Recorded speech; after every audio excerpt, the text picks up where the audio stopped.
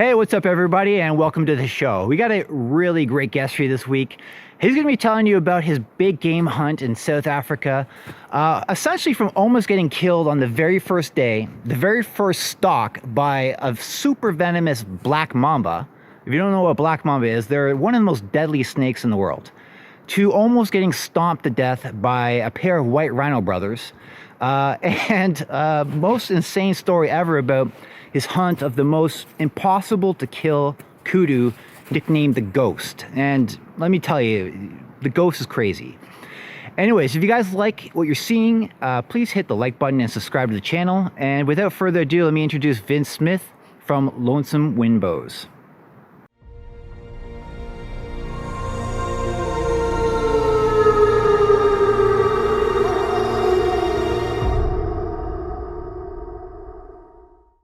All right. Hey, guys. Welcome to Bush Stories. I'm Ron from Standing Wolf, and with us today is a really great guest. We got Vince from Lonesome Wind Bows. You can check him out on Instagram. And this guy is a master at wood arrows, and he's got a wealth of information that I'd love for him to share with you guys. And we're going to pick his brain and really get down to the nitty gritty and hear all about some of the bush stories that he's gotten acquired over the years. Vince, I really appreciate you taking the time to do this, and welcome to the show. Thanks for having me. I appreciate it. Oh, it's awesome. So you're a Nebraska bow hunter, and let me know, because you've been in this for a while, you mentioned, like, how did you get started in traditional archery? Were you hunting in any other way beforehand, or did you go right to trad? Yeah, actually, my story isn't the norm. My father's a gunsmith, so I was born and raised gun hunting. And in about 1994, I guess I was about 26 years old. I'd never bow hunted. And a guy I worked with, we were coming back from a pheasant hunt, and he's like, "Why don't you bow hunt?" And I said, "I don't know. I never was around anybody that bow hunted." And he handed me an old Martin Bobcat compound, an old wood-handled Bobcat, and a handful of arrows. And he said, "You need to learn how to bow hunt." So I started shooting that, and I just shot bare bow fingers. We didn't have the internet back then or anything. So I was just learning on my own. And everybody told me you need to go to 3D shoots to learn how to shoot. So I started going to a couple 3D shoots, and I was noticing the guys that were shooting the stick bows were having a heck of a lot more fun than the guys shooting compounds. So I kind of meandered over to that group, and you know how traditional guys are. They said, "Well, here's a bow and here's some arrows." And I'm a very, I guess, addictive person. So when I get immersed into something, I go whole hog. Right. And exactly. So when they handed me this it was a bear grizzly, 45 pound with a slightly twisted limb. And I said, "Okay, can I shoot my aluminum arrows out of it?" And they kind of gave me this sour look. And so I said, "I have no idea how to build a wooden arrow." So they gave me a name of a guy local here. He had a shop called Schaefer Traditional Archery. And I went up there, and he sold me what I needed to build a dozen wooden arrows, went home and built them, and they shot terrible out of my bow. And I came back, and I had dipped them and crested them and all that, built my own crester. And I brought him back to the shop, and he looked at him and he said, "You built these arrows?" And I said, "Yeah, I built those arrows." He said, "There's no way a guy did that their first time." And I said, "I built those arrows." And he said, "Build me another dozen." And he handed me another dozen shavs, and he told me what colors to dip them and everything, and gave me the paint. And I dipped them and crested them and brought them back. And he said, "You want a job?" And I said, "Doing what?" He said, "Building arrows." That's perfect. So I jumped into traditional archery as a Fletcher, and I built hundreds of dozens of arrows for John every year. Worked for him for 3 years. And he was also a bowyer. So I kind of snuck into the shop and started learning how to build bows at the same time.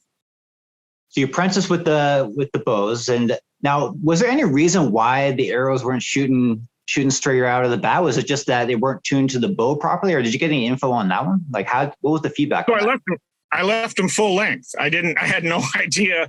I didn't know you were supposed to cut them off. So I had full length 50-55 shavs out of a 45 pound bow, and just put 125 grain tips. So they were way over spine for the bow. And then once he saw what I could, my abilities with building an arrow, then he took me under his wing and started explaining what each inch cutting off the arrow means and where spine is figured at. And most people don't realize the spine's figured at 26 inches, not 28.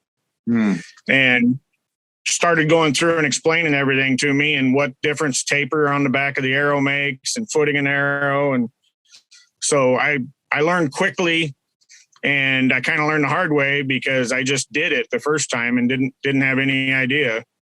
I think that's what, so many people would benefit from having basically like a mentor like you did. I mean, I made so many mistakes without proper instruction, and there's not many people that have the experience that are willing to, well, there are people that have the experience that are willing to tell you, but to find them like off the bat, I mean, you're kind of a little bit proud. You don't really want to necessarily say, hey, am I screwing up or not? But to have a mentor, I think would be such a great asset for anyone starting out.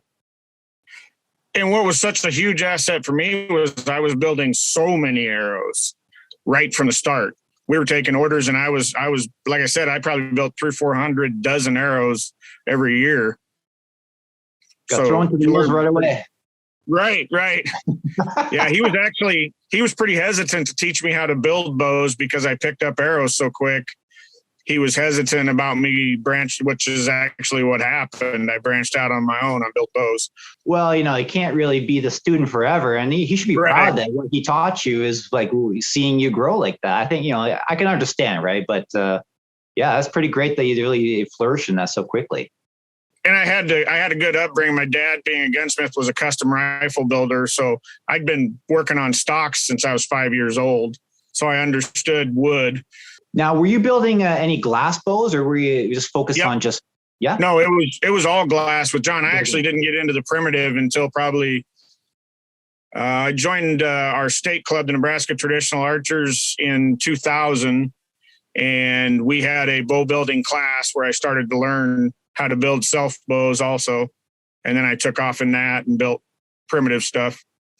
Now, I think a lot of people, like myself included, have seen videos on YouTube about building glass bows, and there's a lot about building primitive too. But would you say, like, if you want to build a bow yourself and try it out, is it worth taking the time to just jump right into building something with glass and dealing with the molds and the epoxies, or is it worth just understanding how a bow construction works by building a self bow and getting to know it a bit better that way? I would build a self bow because you don't need all the specialized tools. Right. If you can find, and I have done it, I have offered my shop to people, and they can use my forms, and I will help them in building their first bow out of glass, and then they don't have to spend all the money on forms and specialized equipment and all that. So I've helped several people come and build a bow that never built another one. They just wanted to build a bow. Right. So kind of check it off the personal goal list. Yeah. And I've gotten a couple guys started that are building bows now part-time. Well, that's pretty cool. Yeah. Well, it's, do you think that they want to transit? Are they getting into it to understand to be a bowyer, or is it just kind of just a personal hobby that is addictive, right? Once you see one built, you want to kind of fine tune it. Obviously there's mistakes you make in your, on the progression line. One guy wants to be a craftsman, and he wants to build the best bows out there. And the other guy he still comes back to my shop all the time. And he's one of those guys that always thinks he's going to build a better mousetrap. Right. And I sit and listen to him, and I've told him several times, it's probably been tried. If it's archery, it's probably been tried, but go ahead, see how it works for you. Well, you got to do what you feel is right, I guess. But yeah. So you're taking your bows out. You're obviously going to the 3D ranges. Now, did you start like hunting big game with your own bow? Like, did you use like a primitive bow, or did you hunt with glass bows? Like, what was your process in getting into that? I jumped right into I at that time I was just whitetail hunting here in Nebraska, and I jumped right in with that grizzly and took a deer with it, and then I traded it. You got to understand, at that time, it wasn't like now. If you weren't shooting 60 pounds, you weren't shooting a man's bow. Right. And that was just, and I was going to the Kalamazoo Expo, and I was getting an opportunity to meet. And luckily I became good friends with Fred Asbell and TJ Conrads and Edon Thomas. And so I got to meet and talk to the icons of the sport, and all of them were shooting 60 plus pounds. And so I quickly transitioned to a 60-pound Martin Dreamcatcher and was whitetail hunting with that. And my first 2 book deer I took with that Martin Dreamcatcher, one in 99 and one in 2000. Oh, nice. Well, that's exactly the mentality of my friends. My friend's dad is the one that got me into traditional archery. I mean, I started with a compound, just like you said, but he was hunting moose for as long as I know. He had built a range in his basement, and he had a long carport, so it was an extended basement. But we're shooting 15 and 20 yards down there, and 60 the draw weight at 60 pounds was like minimum. And I remember he was joking with us to see if we could pull it back, little 13-year-old punk kids, but 60 pounds is like minimum. And that was just minimum. Yep. Yeah, minimum. Exactly. You know what I'd love to hear? So you transitioned to, you got your first buck. What was the next step from there? What was the next transition from that? Did you stick with like buck hunting, or do you like think that there's more out there? Like how'd you transition into that? So both of those deer, I actually took off the ground spot and stock. Nice. So yeah, they were both checked off the list pretty quick of things that my heroes had done. So I was working for John when I took the second one. So I told him to build me a 3-piece longbow. I wanted to try this longbow thing. And so he built me a 3-piece longbow, and I started shooting it. And John hunted all over the world. He hunted New Zealand and Africa, and he loved Alaska. He took a couple moose in Alaska and a sheep and goat. So he kind of inspired me. I didn't have the money to chase what he was chasing, but I started going to South Dakota and chasing antelope, and Kansas, Western Kansas, and chasing mule deer, and Colorado and Wyoming and Montana chasing elk and antelope. And I tried to do a hunt every year. I tried to plan to do a out-of-state hunt every year, and kept with the heavy bow for quite a while. What would your preparation be for like every hunt? If you know you're going after something specific, are you doing research on like the area, the terrain, the behaviors? Like if you haven't hunted something specific before, you're relying on guides, or what was your approach to go into something new? I've done very few guided hunts. I'd say 90% of my hunts have been DIY. It's a combination of finding someone to go with that has hunted that animal before, or is from the area at least, and a lot of research. And now research is so much easier than it was when I started out. Right. Because before I'd go to the library and look through books, and I would call guys that I knew and ask them questions and read Traditional Bowhunter magazine. Nowadays you can do so much on the internet, but just here a few years ago, I hunted Sika deer out in Maryland for the first time. And it was so different than anything I've ever done. I've never hunted in the swamps before on those little deer. So there was a huge learning curve. I had built a bow for a guy in Maryland, and he invited me out there. So I had his assistance and a ton of research. And I guess I like to put my feet on the ground, and I like hunting off the ground. So I do a lot of walking around and just teaching myself and being aware. Woodsmanship is kind of a lost art, but if you get on the ground, you're going to make mistakes. You're going to spook some stuff, but you learn so much being on the ground observing. What would you say is, I would say maybe the top 3 hunts that stand out for to you, like what went right and something that definitely like blew up and went totally wrong? So my Africa hunt is number 1 all time. I went to Africa in 2008 on a 10-day, and that's absolute number 1 all time hunt. Number 2 would probably be hunting hogs in Florida with my son, doing a wild hog hunt with my son. That was one of the few hunts that just him and I have done since he became an adult, that somebody else wasn't involved. So that was probably my number 2. And number 3 would probably be my first moose hunt. As far as going wrong, there's kind of an adage with guys that hunt with me that if you're going to go with Vince, something's going to go wrong. I take it in stride. I'm that kind of guy. I'm a guy that can fix about anything, so it doesn't bother me when things go wrong. And it's usually equipment breakage. It isn't usually anything like falling out of a tree or anything. But we were on an antelope hunt, 1,000 miles from home, and the tongue broke off my trailer as we were leaving. And in order to get us home, I went to a hardware store and bought a drill and some come-alongs, and I ended up bolting my tongue back on my trailer and wrapping come-alongs over the top of it so that it would, and we drove 1,000 miles home. Fingers crossed it holds.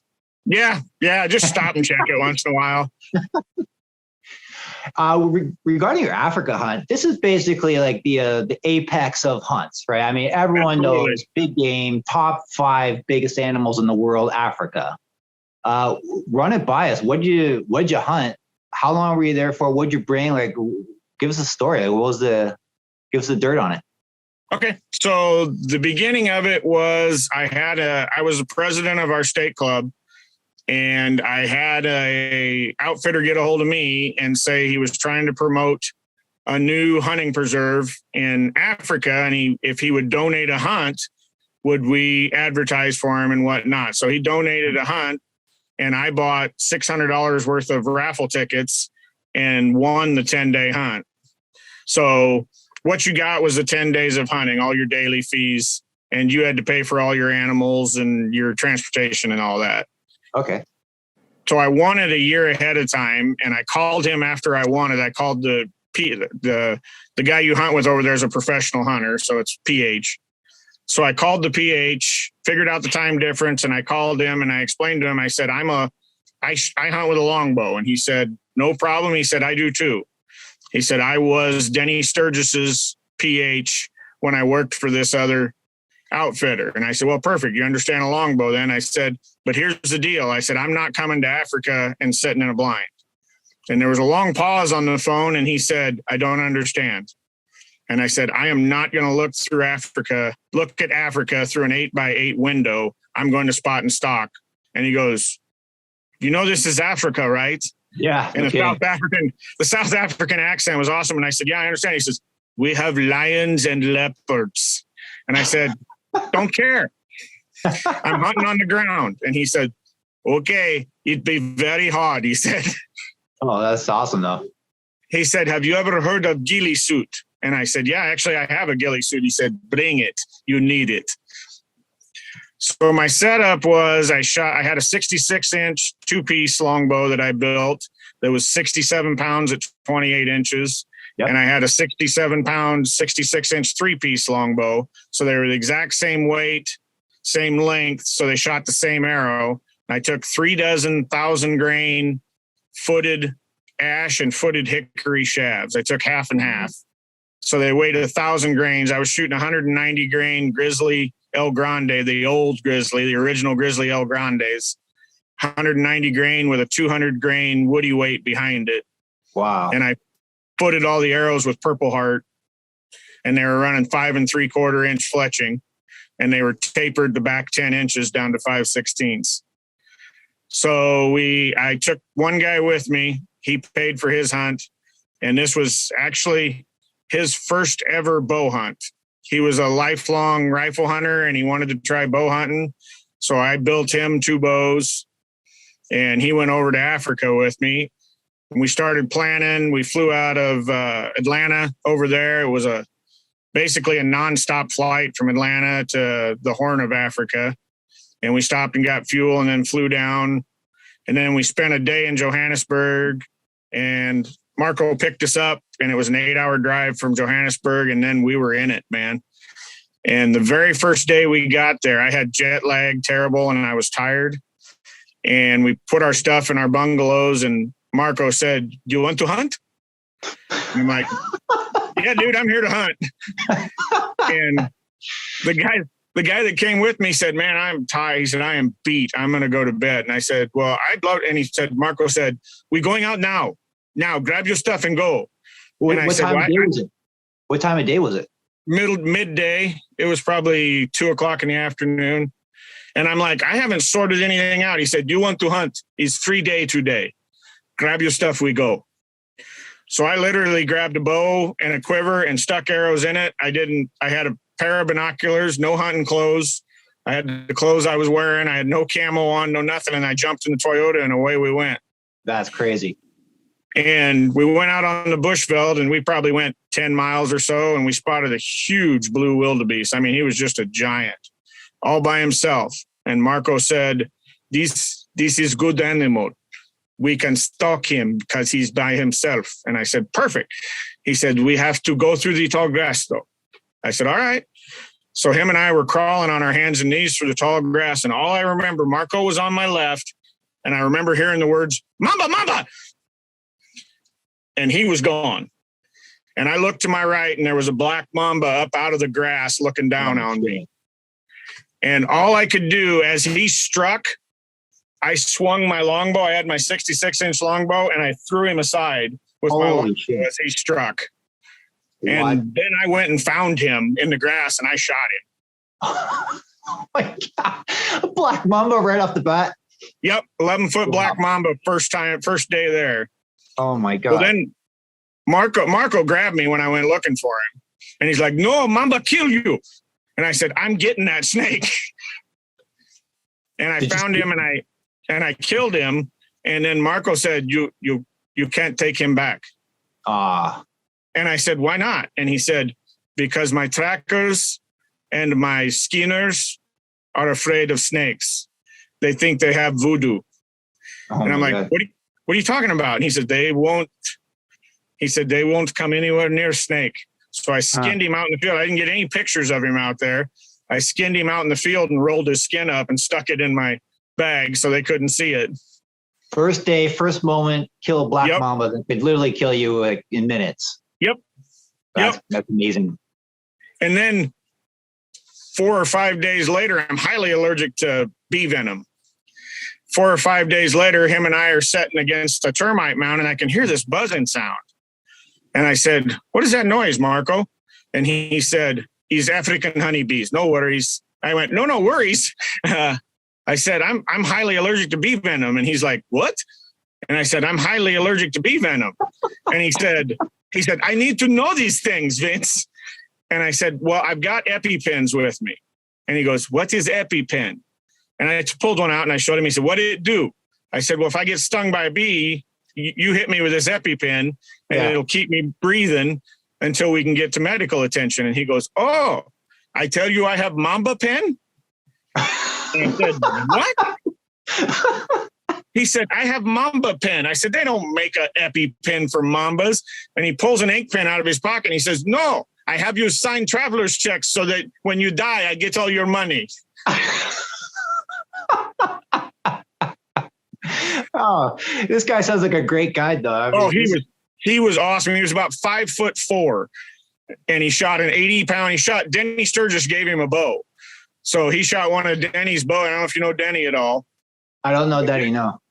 He's got about a 31-inch draw, so it was perfect. It was 85 pounds at Denny's draw, so it was just perfect for Marco because he had about a 24-inch draw. That's amazing. But I ended up the first animal I killed. I should have killed a diker, their little bitty antelope. Yeah. And we spotted the diker on the first or second day, and I crawled into it. Marco let me go by myself, and I crawled into it, and I got to 18 yards on it, and their horns are only about 3 inches long. So being from America, that looked like a tiny animal to me. So I crawled up on it and I kind of drew my bow back and I let down and I passed on. I came back and Marco said, you know, like? And I said, it was just tiny. He said, that was probably number 3 or 4 in the world. And I went, oh, and he said, yeah, that was record book. I went, well, good education there. So, yeah. Marco. Oh, I like this guy. He's funny. So then we spotted he was awesome. We spotted an old beat up Impala ram.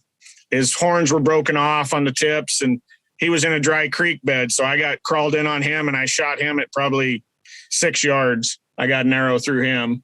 Nice. And we recovered him pretty quick.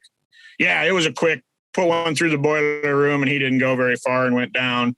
And that dry creek bed was nice because it had paths wore through it where the animals. Yeah. So I just got on a path and just waited for him, and he come around a corner, didn't even know I was there.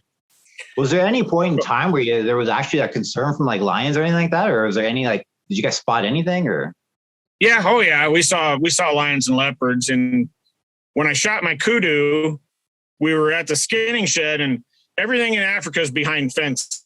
Yeah. You know, it might be 100 square miles behind a fence, but it's all behind fences. And we were skinning my kudu, and I was down at the skinning shed, and I was getting stuff out of my bag, and I had met Dennis Kamstra before I had gone over there, and Dennis said, if you want to have a good time, take a predator call with you, because it's amazing what'll come into a predator call when you're setting in Africa. So I had taken a predator call with me, and I was getting stuff out of my bag, and my predator call fell out of my bag. And one of the trackers picked it up and was looking at it and looked at me and said, "What is this?" And I said, "That's a predator call." And they kind of gave me a confused look and said, "What'd it do?" So I and this was at night, and that's when the lions love to hunt.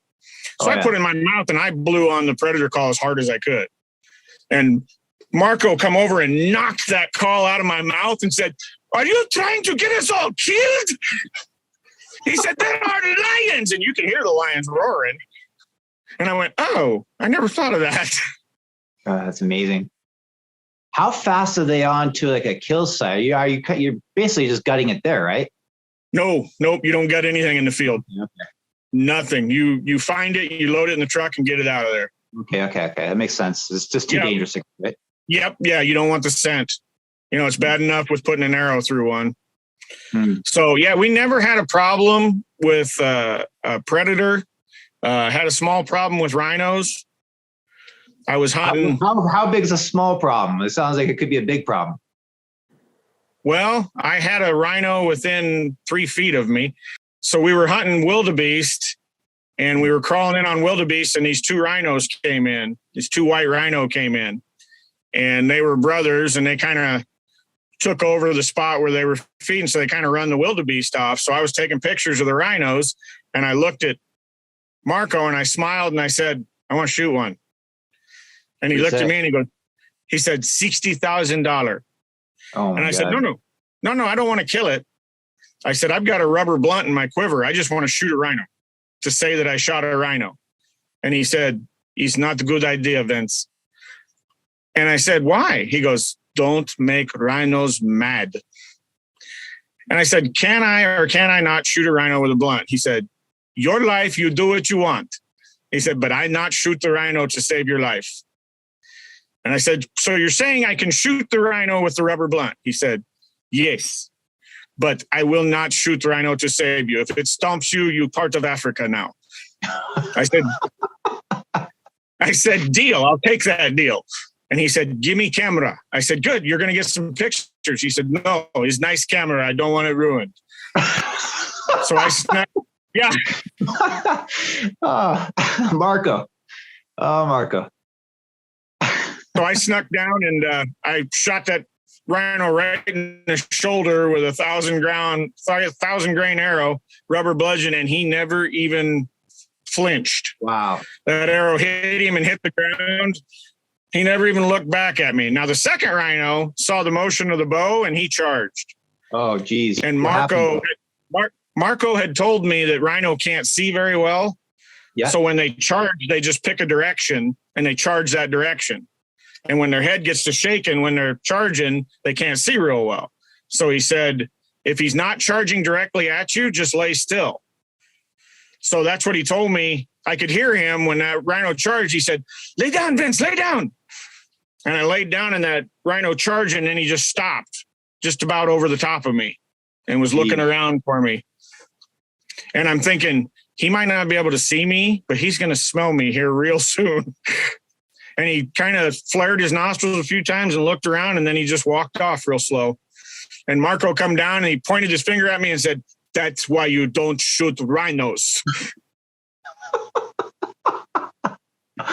It better come as close as it possibly gets to getting stomped to death. Yep. Oh, wow. It just sounds like this is the most epic trip ever. Yeah, it was unbelievable. My kudu they called him the Ghost. He had a broken off horn on the left side, and his right side was non-typical. And they said 3 other bow hunters had put arrows into him, and nobody had ever found him after they put an arrow in him.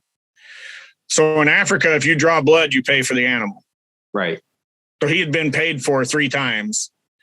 And we saw him out when we were out driving, and we saw him, and I told Marco, I'll shoot him. And Marco said, he's the Ghost. Longbow, no take the Ghost. And I said, if you put me somewhere where I can put an arrow in him, I'll shoot him. Well, it's got to be even more tempting because now he's the Ghost. You got to get the Ghost. Yeah, and they figured he was 12 years old. And he always traveled with a stud kudu. I mean, 3 full curls, which is unheard of in a kudu. And those 2 always traveled together. And he said, I will put you where Ghost is. But he said, you will shoot the other kudu. I said, nope, I will not. I will shoot the Ghost. So he put me in a tree stand, which is a whole other story. He put me in a tree stand, and those 2 kudu came in together. And I sat there and I looked at that 3 curl kudu, and I thought, God, he would make a beautiful mount. Because the other one was beat up, scarred. But I said I'd shoot the Ghost, so I'm shooting the Ghost. So I drew back and I shot what, to this day, I will tell you, was the perfect shot. I tucked it right behind his front leg, coming out of that tree stand.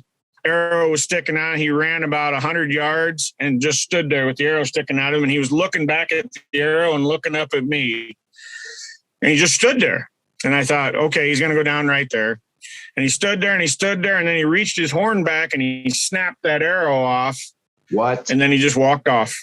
What? And I went, there's no way. So I called Marco on the radio and I said, I just shot the Ghost. He said, you shot or you killed? I said, I just put an arrow in the Ghost. He knows. And he goes, he said, killed Ghost. I said, I shot him. And I know it's a good arrow, Marco. I know it's a good arrow. He said, okay, I come. And he come and he brought all the trackers and everything. And I showed him where he was and he found my arrow and there was not a drop of blood on the ground anywhere. This is crazy. What? How's that possible? Those trackers are so incredible.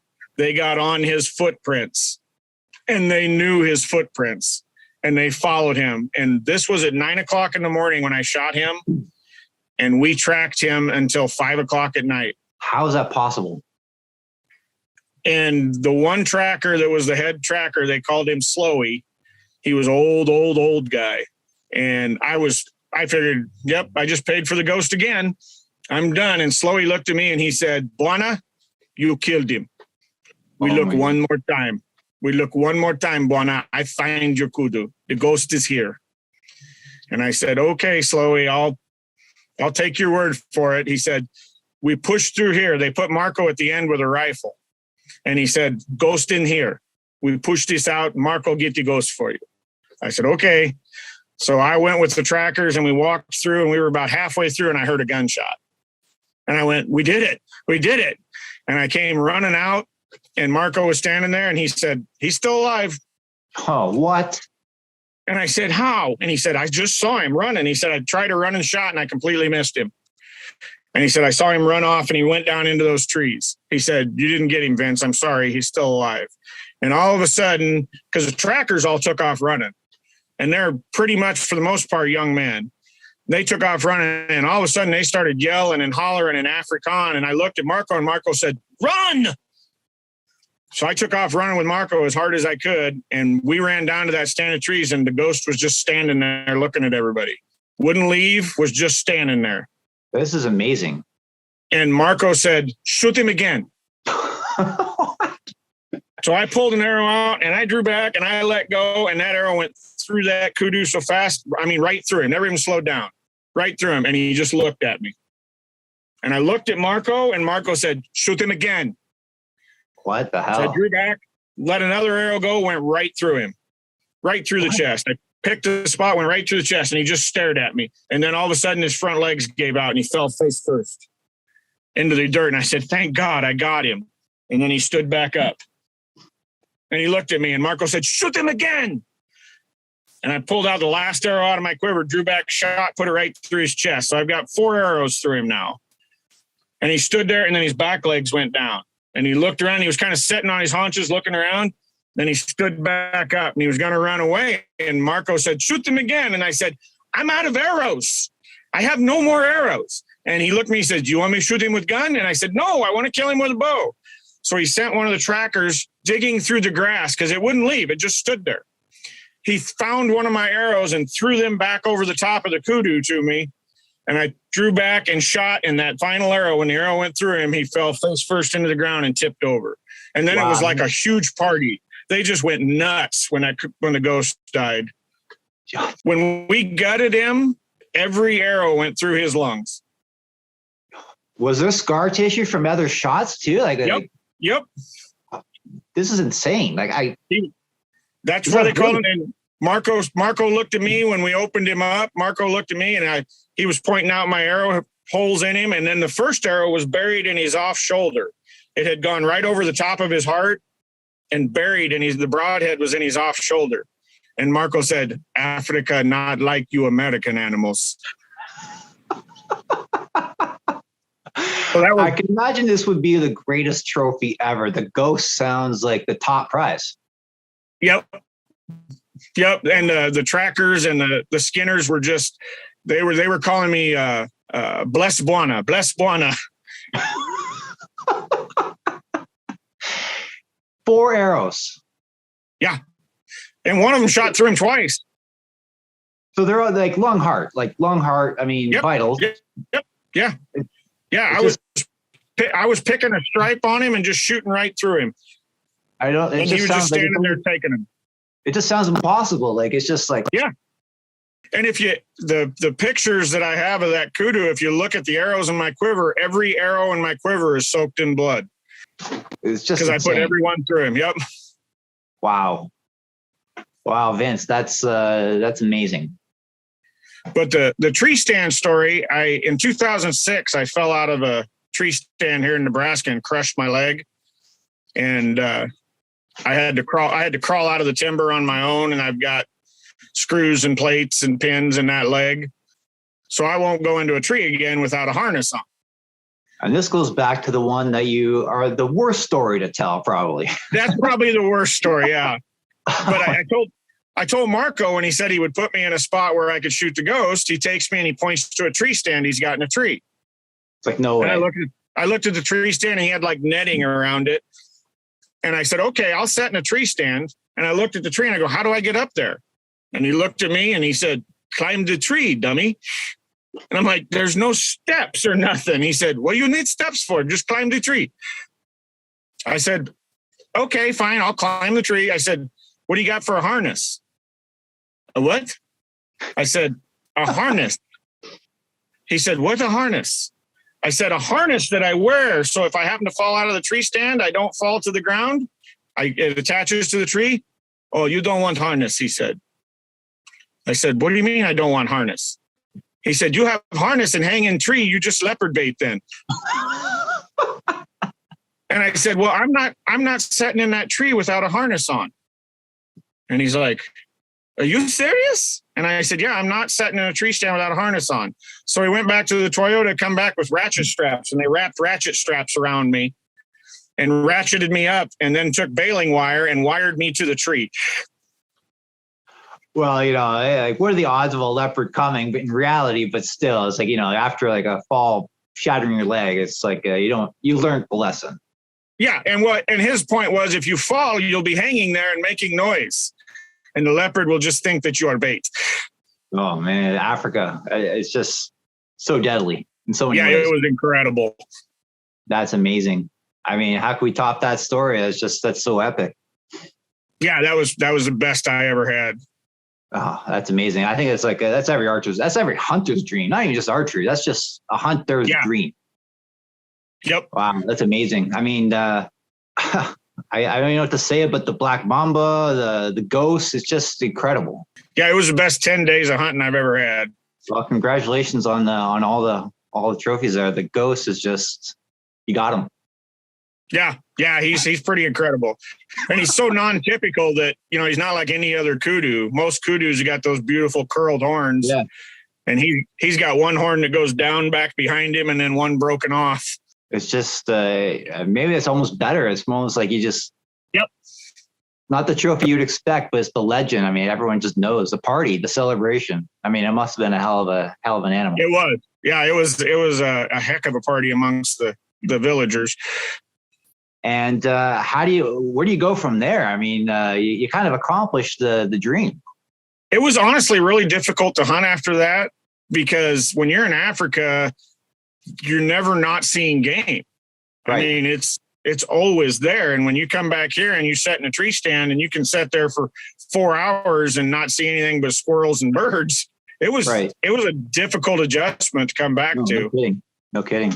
So you've done the African hunt, you come back. I mean, was there any sort of like large game that you went after the fact to kind of recreate that thrill that was obviously not in Africa, but still like North American?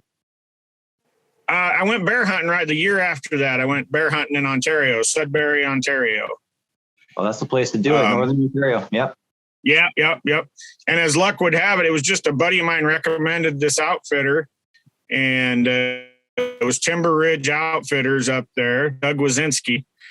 And when I got up there and got in the lodge and was looking around, and I'm good friends with Monty Browning, and I'm looking around and I see a picture of Monty Browning in the lodge, and I said, "Has Monty hunted here?" And Doug's like, "Oh yeah, Monty's a good friend of mine. He took his first ever black bear up here." So I called Monty, and he's like, "Yeah, Doug's a great guy." He said, "You'll have a great hunt." So it's a small circle that we run in. Oh, no kidding. That's awesome. Well, that's not even far from where I live, to be fair. That's like a 3-hour drive. So it's my neck of the woods. Oh, really? Yeah? Oh, yeah, my neck of the woods. So my second bear hunt with Doug, we took bears, and he said that, what do you call them? The Crown? Crown land? Yeah, we were on Crown land, but what's your DNR called? Well, to be perfectly honest, I don't personally deal with it. I have because my mom's native, I have native status. So it's like I have gotcha.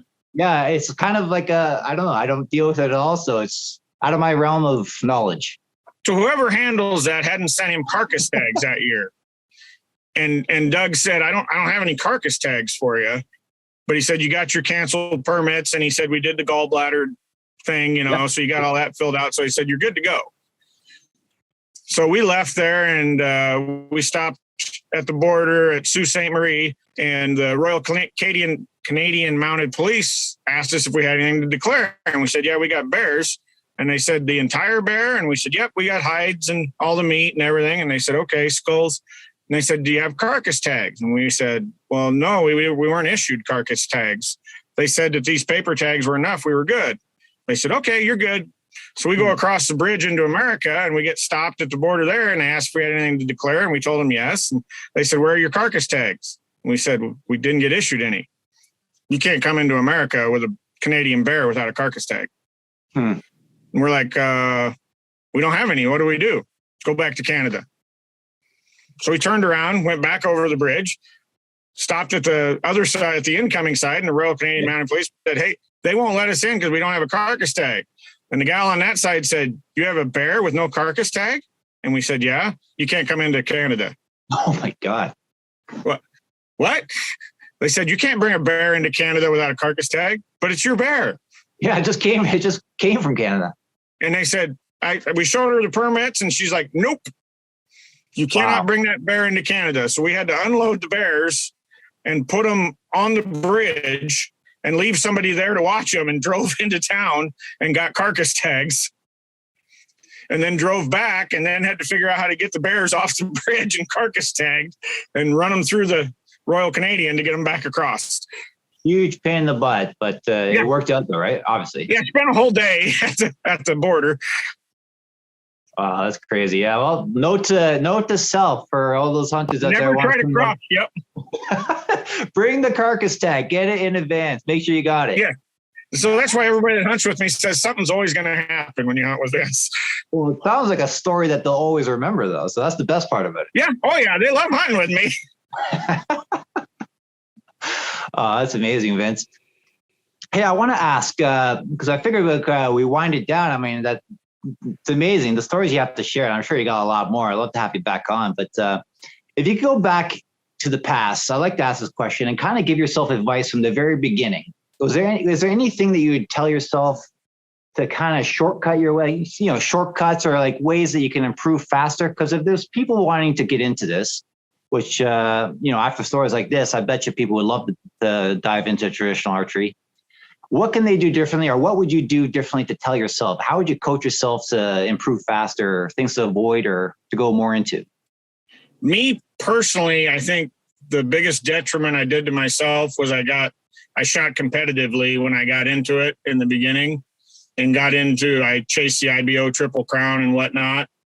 And that is so detached from hunting, and you don't realize it when you're doing it. I mean, especially 3D animals. When you're trying to hit the kill on a 3D animal, that's not necessary, especially on a pig or a bear. That's not where the kill is. But you get those zoned in on shooting 10s and shooting 12s. Shooting competitive, that's what hurt my hunting the most. Right. And I would say to today's people, the YouTube stuff is awesome. But because somebody's stick bow hunted for a year, they're not an expert. I don't know a nicer way to say it. There's a lot of instant experts out there, and there's so much good material from the old masters. Like, read Pope and Young. I guess that's the most important thing. Get hunting with a bow and arrow and get the Adventurous Bowman and read what Pope wrote, because it is unbelievable how he described archery hunting. And that's really what inspired me, and what got me going was reading Pope. Take it back to the roots. To the very beginning. Yep. That's great advice. If you read Adventures of the Adventurous Bowman, I think is the name of it, and that's their Africa hunt. Yep. They have stories that blow me away. The amount of lions they shot while they were there. So you guys who are new to it, who are green, take Vince's advice. Go back to the roots. Go back to the roots. Try wooden arrows. I mean, they're awesome. They're easier to tune, in my opinion. Yes, they are more work. You have to straighten them, and you have to seal them, and you have to taper them and all that. But they're more forgiving than any of the manufactured arrows. And where does someone get wooden arrows? They get them at Lonesome Wind Bows, of course. Absolutely. Vince, you are the best. I really appreciate you taking the time to do this. Your bush stories are amazing. I mean, that was incredible. Yeah. Anytime, I'll come back. Oh, that's awesome. I hope you're a regular, man. And just so we sign off, where can people find you? I have an Instagram page, Lonesome Wind Bows, and I have a Facebook page that's Lonesome Wind Custom Bows. And I just build bows now. I build more arrows than bows, but I have a regular job. I'm an electrician and I'm a supervisor, so I take a lot of my time doing that. But if I get enough interest in the bows, I'll fire the website up again, and that was lonesomewindbows.com. That's excellent. Vince, yeah, you've been such a great guest. I really appreciate everything and your knowledge that you got to share with us. I really appreciate everything. Well, thanks for having me. I enjoyed it. Take care. I really appreciate everything. All right. Thank you, sir.